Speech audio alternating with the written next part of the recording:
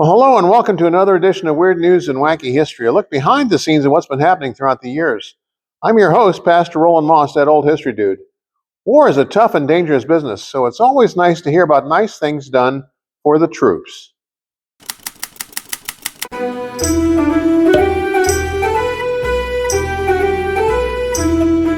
World War I introduced the globe to the horrors of gas warfare. Attempting to slow down the advance of the Allies, Germany and the Central Powers started firing chlorine, phosgene, and mustard gas shells across the no man's land. Naturally, Britain and her allies swiftly retaliated in kind. Thousands died horribly, while many thousands more suffered severe respiratory trauma. After numerous largely unsuccessful attempts to protect against this new weapon, the familiar respirator-based gas mask was introduced in April of 1916. These devices helped filter out the poison by using cotton pads. Sadly, cotton was in short supply and in high demand for use in bandages. A cotton substitute was badly needed. Wisconsin-based Kimberly-Clark was using wood pulp to make a product known as cheesecloth UCG, and they quickly started using it to make cotton-free gas mask filters. But battlefield nurses quickly discovered another use for them as menstrual pads. In response to their demands, Kimberly-Clark started making Kotex. When the war ended, the Wisconsin company was left with many unused filters. Fortunately, the frontline doughboys found another use for these pieces of cheesecloth. Kimberly-Clark retooled, and much to the appreciation of runny noses everywhere, released another new product in 1924. They called it Kleenex. Stateside entertainment helped bring a bit of home to the battlefield. Bob Hope has been inextricably linked to entertaining troops with the United Service Organization since 1941. Hope and his band of sidekicks traveled to Europe and the Pacific with the USO, taking some fun to many a soldier far from home. After World War II, Hope continued on during the Berlin Airlift, the Korean conflict, the mess in Vietnam, and beyond, providing 40 years of encouragement and escape to soldiers worldwide. Congress would name him an honorary veteran in 1997. The British had their own version of Hope. George Formby was England's highest-paid entertainer and was instantly recognizable to the Brits with his funny songs and comedy, all accompanied by his ukulele and banjolele. Traveling with the Entertainment's National Service Association, Great Britain's equivalent of the USO, Formby toured extensively throughout England and Ireland. After the Allies landed in France, he took his shtick to the continent as well.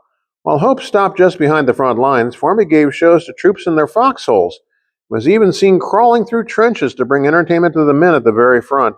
Formby died much too young at age 56 in 1961, while Hope died full of honors and years at 100 in 2003. Bravo, gentlemen. Well done. The Allies also made it possible for the troops to entertain themselves. Steinway and Sons went the way of so many manufacturers when World War II rationing swept America. Instead of producing world-class pianos that required so much brass, iron, copper, and other key war materials, they switched to making coffins and parts for troop gliders. Then someone realized just what an important morale boost music was, especially with the ongoing stress of combat. So beginning in 1942 and continuing through 1953, Steinway built a special military line called Victory Verticals. These upright pianos, available in olive drab, blue, and gray drab, were designed extra tough to face even the most rugged conditions. The first was airdropped in 1942, complete with a set of tools to tune it. One soldier remembered well the effects of those pianos. 2 nights passed, we received welcome entertainment when a jeep pulling a small wagon came to camp. The wagon contained a light system and a Steinway piano. It was smaller and painted olive green, just like the jeep. We all got a kick out of it and sure had fun after meals when we gathered around the piano to sing. I slept smiling, and even today am humming a few of the songs we sang. GI pianos, sound off. And what would homecoming be to the GIs without their donuts? Baker Adolf Levitt was a Jewish refugee fleeing from the oppression of Tsarist Russia who immigrated to America, a nation hungry for donuts. The doughboys of World War I were inundated with fried circles of pastry, while in Europe, it was a quick and easy taste treat served up by the Salvation Army donut girls. Coming back to the States post-war, the hankering for fresh donuts came with them. Seeing his chance, Adolf opened a shop in Harlem, catering to hungry post-show theater goers. He couldn't make them fast enough, so he cobbled together an automated donut maker in 1920. Crowds gathered to watch the mechanical doodad squirt out tasty dough into a lazy river of sizzling oil, get flipped, and emerge golden brown. It was like throwing gasoline on a fire. As Adolf made donuts faster, the desire just got bigger.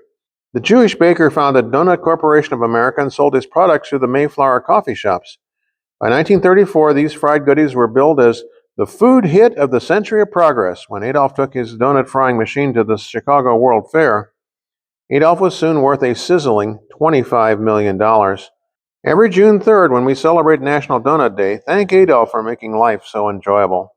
And that's about all the time we have for this episode of Weird News and Wacky History, a look behind the scenes of what's been happening throughout the years. I'm your host, Pastor Roland Moss, author, historian, and speaker, hoping that all of your history may be just a little bit weird.